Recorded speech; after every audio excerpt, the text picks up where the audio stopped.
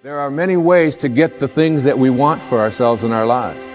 But basically, it all begins with how we choose to think. As you think, so shall you be. I don't know why you do what you do. What is your motive for action? What is it that drives you in your life today, not 10 years ago, or are you running the same pattern? Or your web? The needs, the beliefs, the emotions that are controlling you for two reasons. So there's more of you to give. They're cheap too. We all want to do it, but I mean give. Because that's what's going to fill you up. And secondly, so you can appreciate, not just understand, that's intellectual, that's mind, but appreciate what's driving other people. It's the only way our world's going to change. Everyone's going to hit adversity. Everyone's going to hit adversity. It's how you deal with that adversity. And the key word is you, not letting somebody else deal with that adversity. You have to deal with that adversity. And how you deal with it. Are you going to fight through it, or are you going to curl up and just roll over in the corner? It's going to pretty much determine how the rest of your development from a mental standpoint is going to carry you. You cannot win the war against the world if you can't win the war against your own mind. But it first starts with a sound, right? There's this sound that I hear, and that sound moves me, all right? That sound moves me. So this was a sound that I heard years ago. And there are times in my life where I just stop and I play this sound because it does something for me internally. It moves me. Write that down. Very first thing that needs to happen to you every single day is you need to be moved. You need to be moved. Whatever it is that you can do literally to incite it. Listen to me very closely. When I say find something that moves you, what most of you do wrong is you're waiting for something to move you. Instead of creating the thing every day that moves. And the reason why I say find something that moves you, because what separates humans is our effort. There's some of us, we give 70% to what we do. Some of us 80%, some of us 90%, some of us 100%, some of us 120%. And so when you move and you are moved, it allows you to operate at a whole different level. We kind of have this idea that, well, you're free as a child, and then you have a certain delightful, wonderful, positive freedom as a child, and then that's given up as you approach adulthood. But the truth of the matter is that you have a lot of potential as a child, but none of that is capable of manifesting itself as freedom before you become disciplined. And discipline is a matter of the imposition of order, and the order is necessary, especially for people who are hopeless and nihilistic. And lots of people are hopeless and nihilistic, way more people than you think. And part of that is because no one's ever really encouraged them. And so the book is in part a matter of encouragement. It's like, lay a disciplinary structure on yourself, get the chaos in check, and then you can move towards a state that's freer, because it's discipline first. It's like, look, if you're going to become a concert pianist, there's going to be several thousand hours of extraordinarily disciplined practice. That's the imposition of order on your potential, let's say. But what comes out of that is a much grander freedom. And so in virtually every freedom that you have in life that's true freedom is purchased at the price of discipline. At some point, you got to start winning. You can't always look for other people to help you. Other people got their own problems. They got their own shit they got to deal with. They're trying to achieve their own goals. They are willing to assist. But after a while, if you constantly looking for assistance, constantly looking for help, it's on you. Your failure and your success is on you.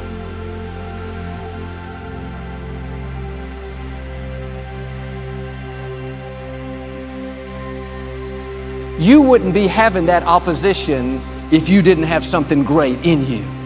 If your dream wasn't alive and on track, right on schedule to come to pass, you wouldn't have so many things coming against you. But when the enemy looks at you, he says, oh no, here comes another dreamer. Here comes another person full of faith, believing that they have seeds of greatness, not moved by their circumstances, not upset because they have a delay. They're a dreamer. They know they have the favor of God. They know because they believe all things are possible.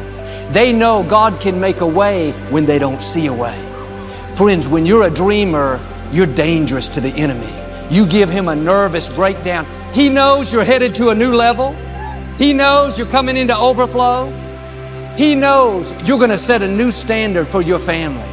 And here's the most important thing. He knows there's nothing he can do to stop you. The forces that are for you are greater than the forces that are against you. But he will work overtime trying to convince us to settle, to give up, to stay where we are. You have to remember this principle.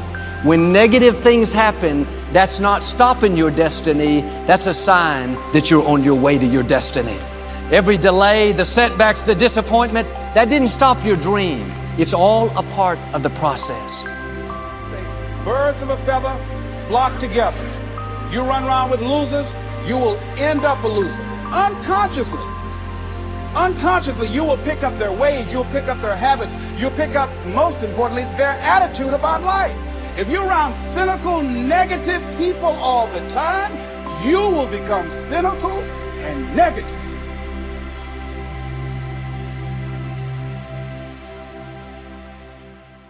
You got to watch yourself. Many of us are living out the lives of other people, living out their conclusions, living out of their consciousness.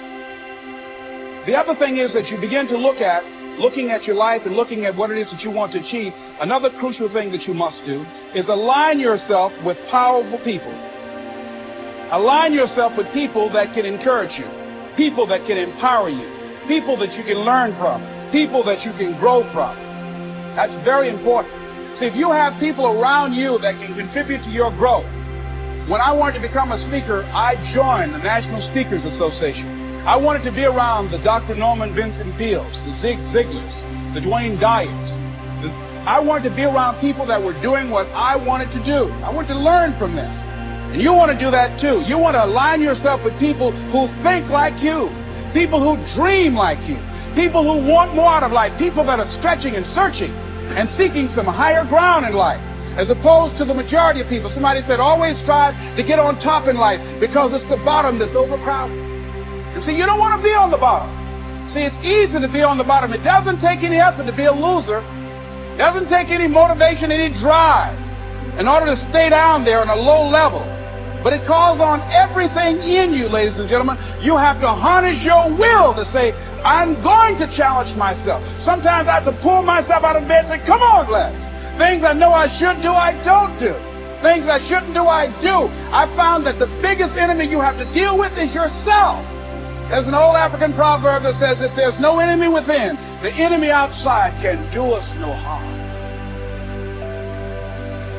I need to practice. Remember, before the day comes, you got to practice. You cannot be standing at the free throw line playing professional basketball in the 7th game of the NBA championship and to hope right then you're going to be practiced. Practice is too late.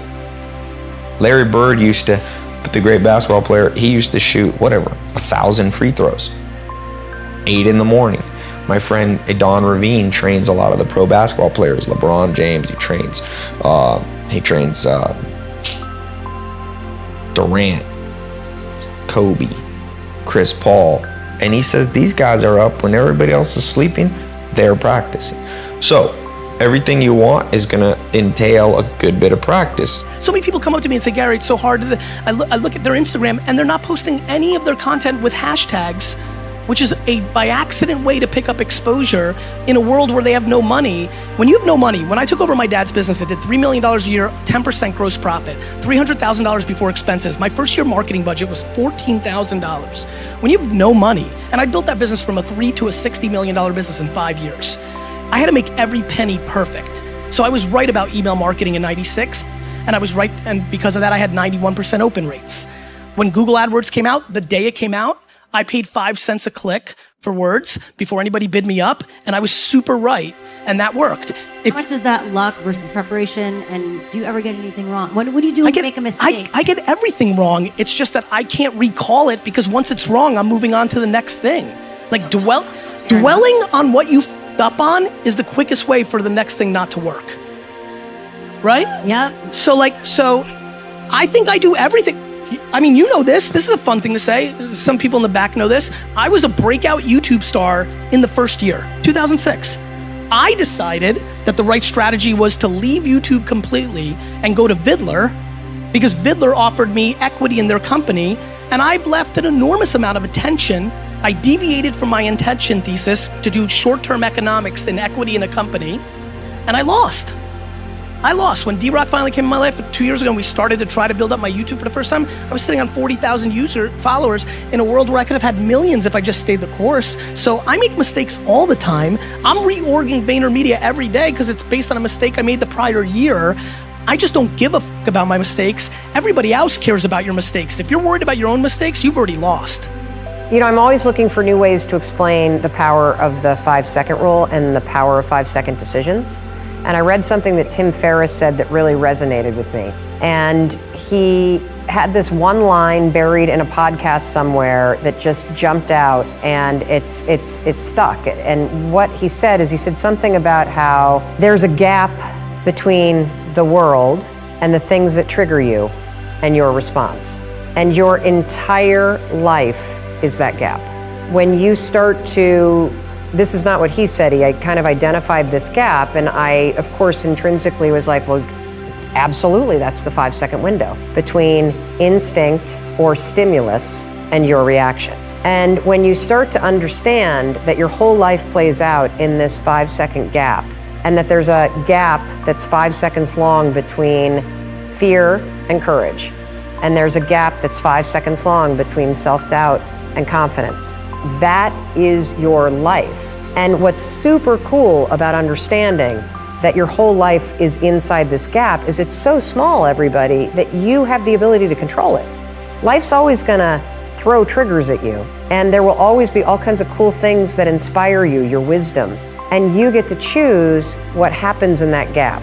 Do you succumb to an excuse, or do you push yourself forward? You went to Harvard and you dropped out. Have you ever thought how your life could be better off if you had gotten your Harvard degree? Well, I'm a weird dropout because I take college courses all the time. I love learning company courses and things, so I loved being a student. And there were smart people around, and you know, they fed you and they gave you these nice grades that made you feel smart.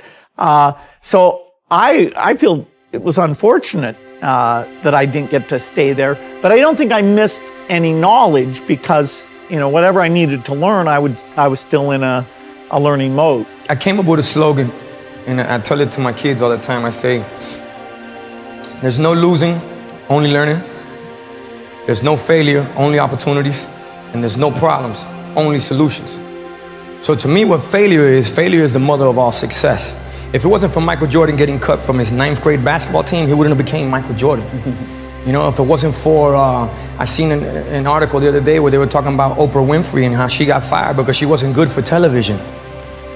You know, you got people like Walt Disney who got fired, if I'm not mistaken, from a newspaper saying he had no imagination. ¿Tú me entiendes lo que te estoy diciendo? These are the same people that I got to deal with. Tell me what's not a hit record. Right. So what do you tell them? You tell them, you know that all they can do is learn and come back bigger, better, stronger. Because all it's going to do is lead you in the right direction. See, if you're always winning, then you don't really understand what it is to win.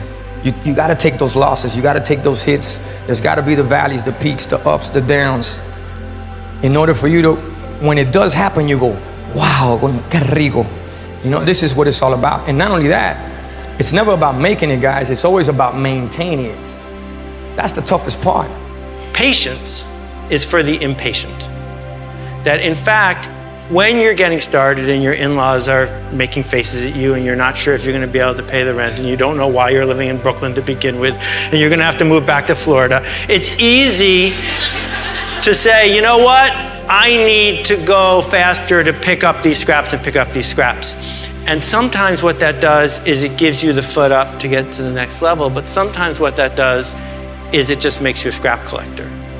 And that one of the things that we see when we look at the work of people who have put really big ideas into the world, who have built online platforms, right, is that they got there by being patiently impatient or impatiently patient, whichever way you want to juxtapose it. That if you look around at the blogs you read or the people you respect online or the organizations you want to work with, the myth of the overnight success is just that, a myth. That, you know, the much vaunted Twitter was a failure, a complete failure for 2 years. Nobody used it. And if they took the mindset of, well, if it doesn't work in 2 weeks, we got to go do something else, you never would have heard of it.